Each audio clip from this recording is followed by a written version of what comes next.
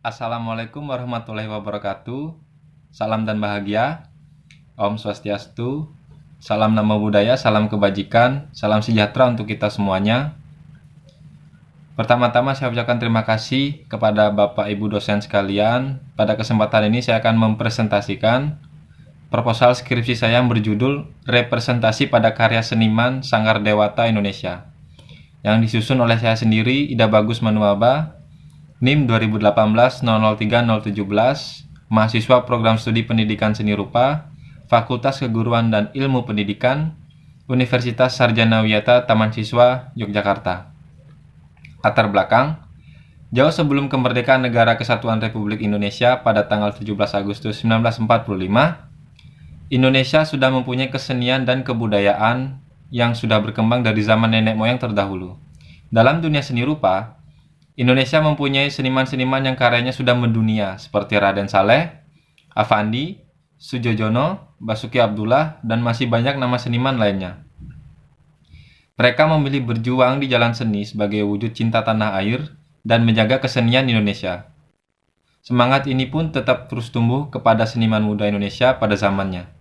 Hingga pada tanggal 15 Desember 1970 di Balai Banjar Saraswati, Kampung Baciro, Yogyakarta, sejumlah seniman muda Bali berkumpul, antara lain Made Wiyanta, Nyoman Gunarsa, Pandai Gede Supada, dan Wayan Cika. Saat itu mereka masih mahasiswa di kampus STSRI Asri Yogyakarta. Mereka mendirikan kelompok Sanggar Dewata Indonesia sebagai babak baru dalam sejarah seni rupa Bali modern. Sebagai tempat kelahiran komunitas ini, kota Yogyakarta merupakan salah satu pusat seni rupa yang ada di Indonesia. Dengan banyaknya seniman yang ada di Jogja, maupun berbagai kegiatan seni rupa yang ada, salah satu bentuk aktivitas seni rupa di Jogja adalah dengan adanya Sanggar Dewata Indonesia, yang merupakan salah satu komunitas seni rupa yang ada di kota ini. Dengan latar belakang SDI, penulis tertarik untuk mengkaji lebih lanjut karya-karya seniman yang tergabung dalam Sanggar Dewata Indonesia. Banyaknya nama-nama seniman besar Yogyakarta yang juga merupakan bagian dari SDI, dan seniman tersebut akan dikaji karyanya oleh peneliti. Seniman tersebut adalah Pak Putu Sutawijaya, Inyoman Sukari almarhum, Gusti Nengah Nurate, Pandai Ketutaman, Made Turis Mahendra, Made Jirna, Nyoman Darya, Made Palguna, Made Wiradana, dan Nyoman Erawan.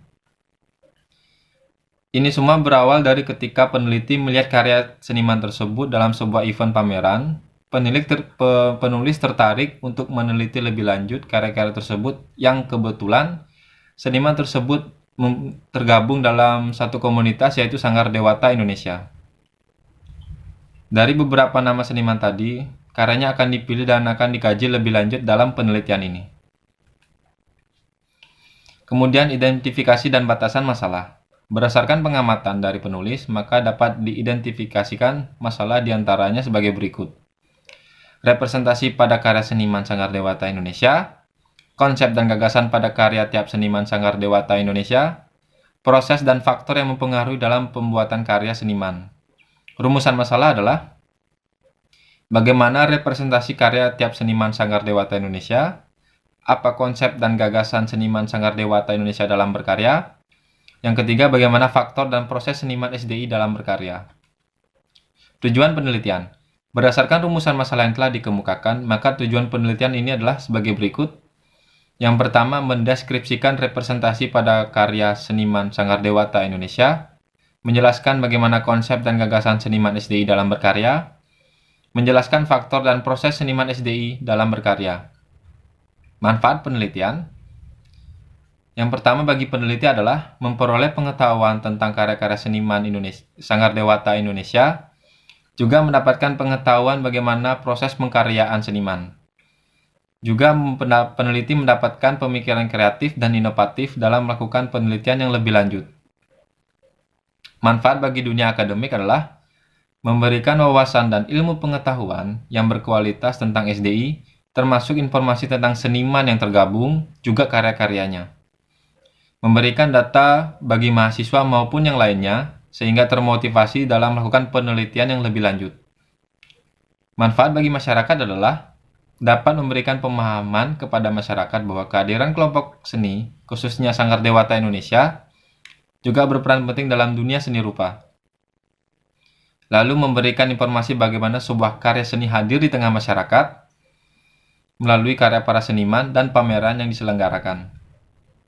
Tinjauan pustaka, penelitian kualitatif dengan metode fenomenologi yang menggunakan teknik deskriptif ini merupakan kajian dari beberapa sumber literasi seperti buku, jurnal, dan katalog pameran seni. Dan kajian mengenai ini sudah penulis temukan. Lalu objek dari penelitian ini adalah seniman Sanggar Dewata itu sendiri.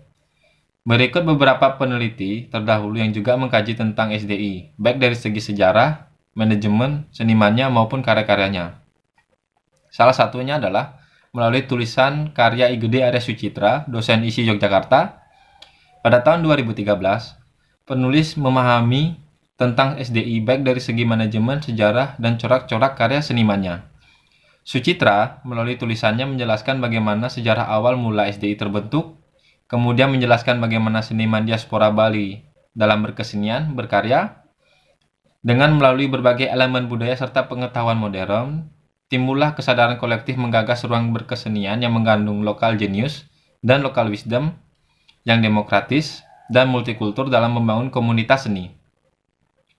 Sucitra juga menjabarkan perjalanan berkesenian dari waktu ke waktu, menjelaskan dan bagaimana yang ada di Sanggar Dewata Indonesia, seperti manajemen, visi misi, profil tiap anggota, juga menampilkan beberapa karya tiap seniman.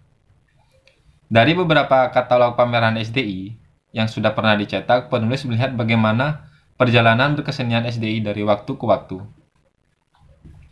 Kerangka teoritik antara lain adalah sebagai berikut. Yang pertama adalah pengertian representasi. Representasi berasal dari bahasa Inggris, yaitu representation, yang berarti perwakilan, gambaran, atau penggambaran. Secara sederhana, representasi dapat diartikan sebagai gambaran mengenai suatu hal dalam kehidupan yang digambarkan melalui suatu media.